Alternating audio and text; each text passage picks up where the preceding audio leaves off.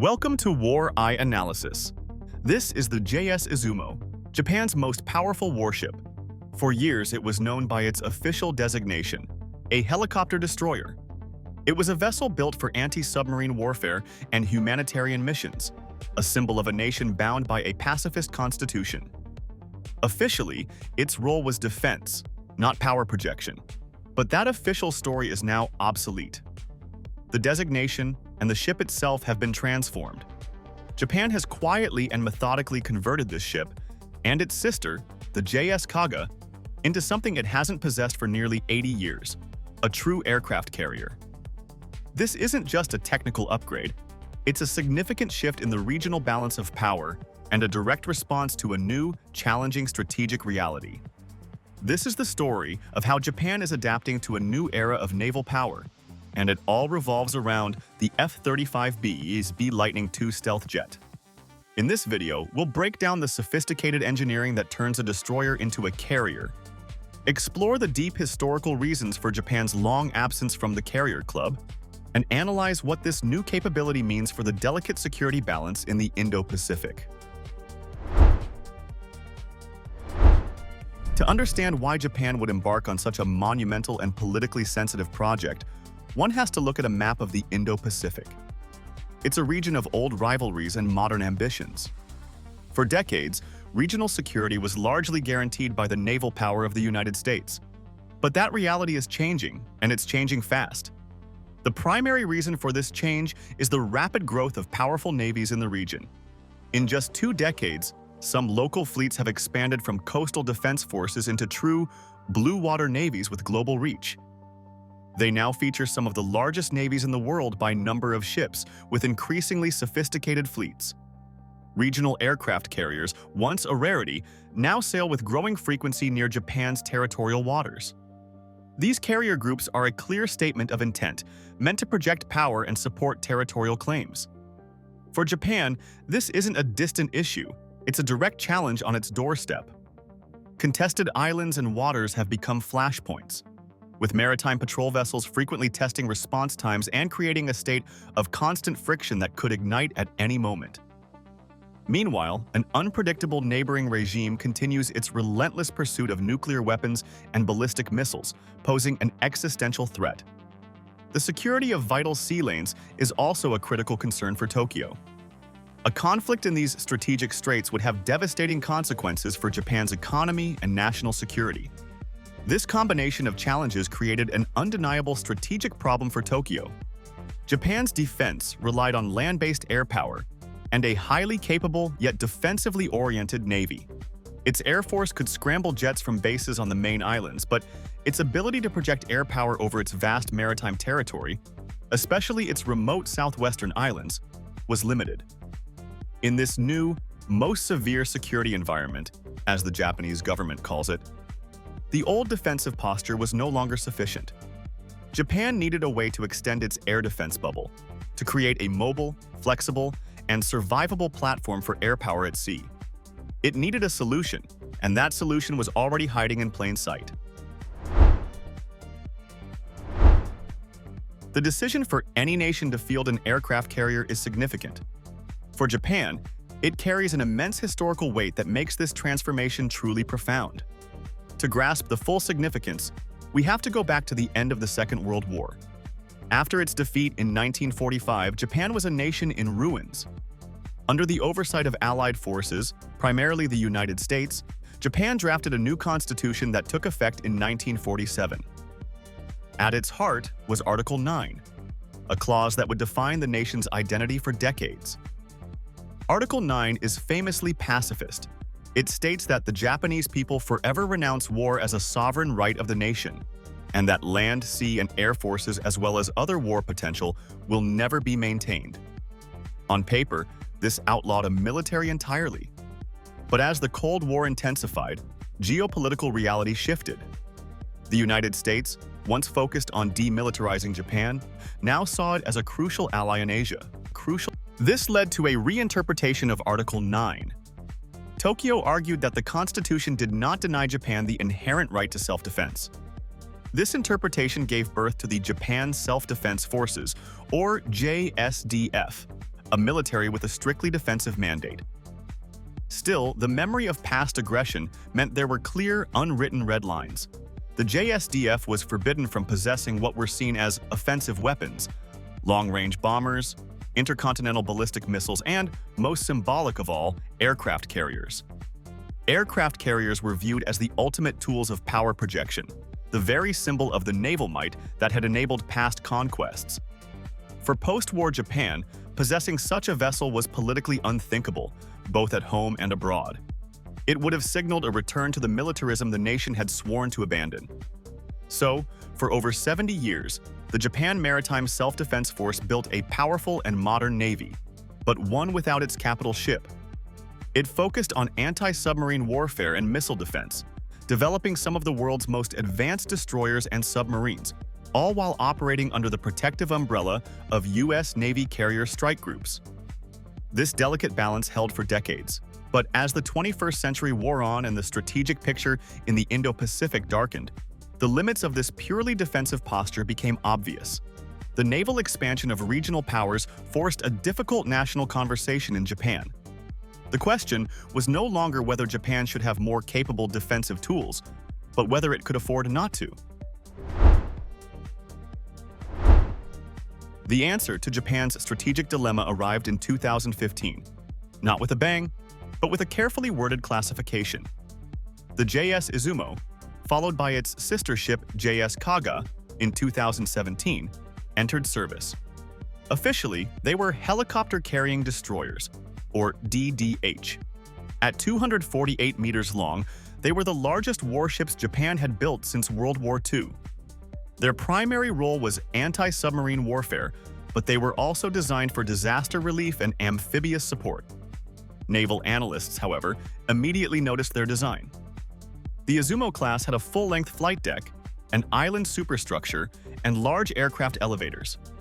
Features strikingly similar to a light aircraft carrier. While Japan insisted these ships were only for helicopters, it was clear that with modifications, they held the potential for much more. That future arrived in December 2018.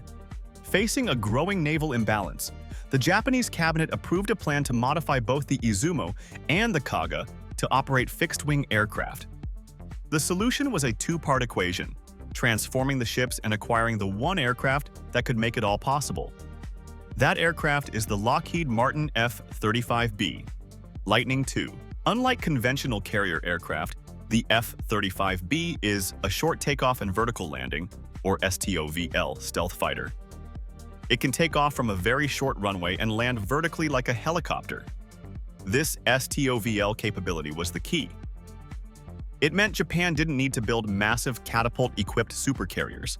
It could adapt its existing destroyers. The conversion is a complex, multi-phase process, planned to coincide with the ship's regular 5-year overhauls. First, the flight deck required critical modification.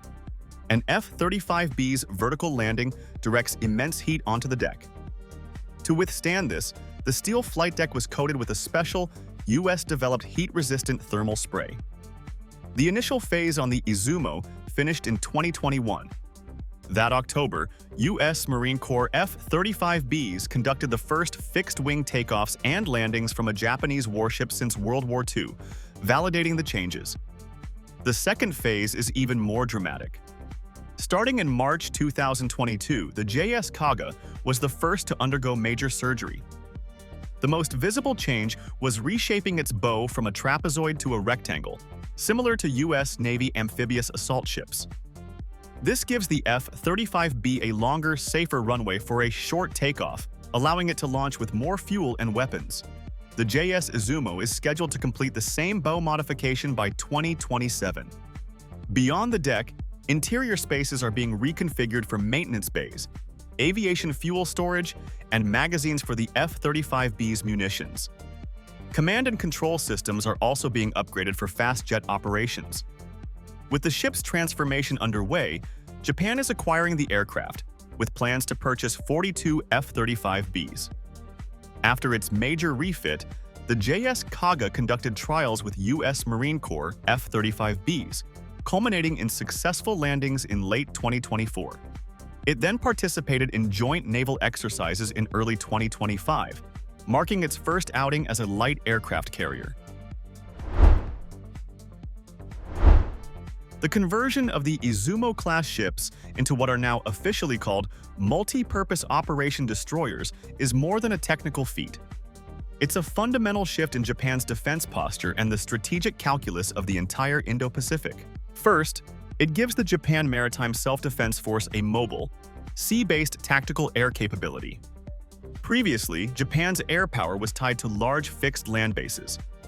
Those bases are powerful, but they are also obvious targets. The F-35B equipped Izumo-class carriers change this.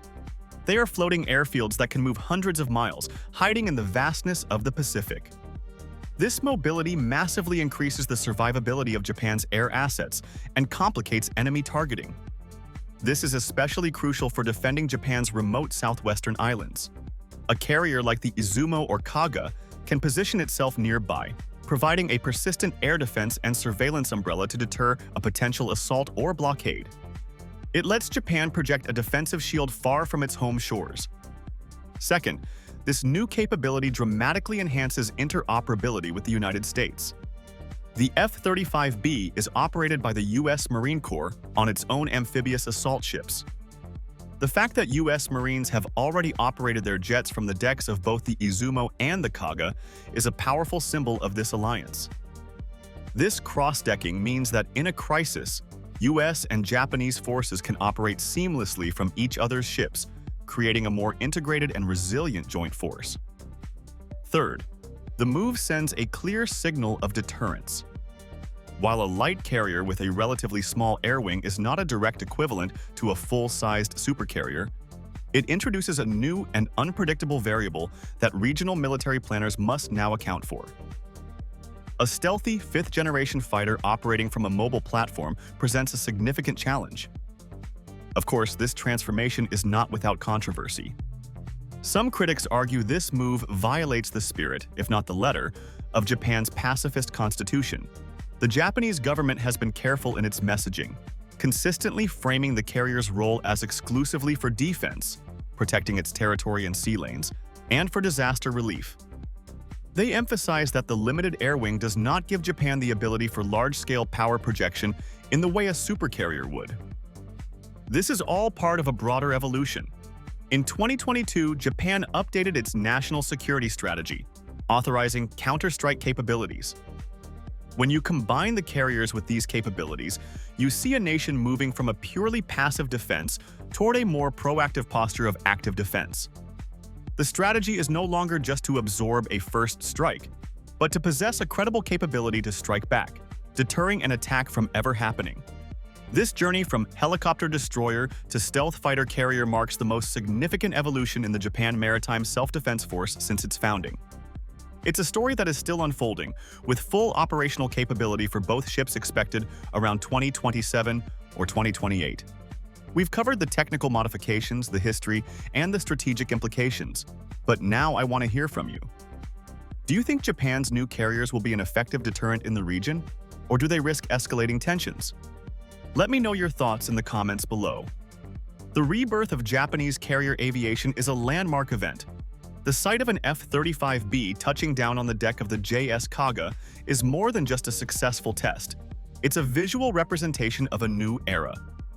For decades, the story of Japan's Navy was defined by what it could not have. Today, that story is being rewritten.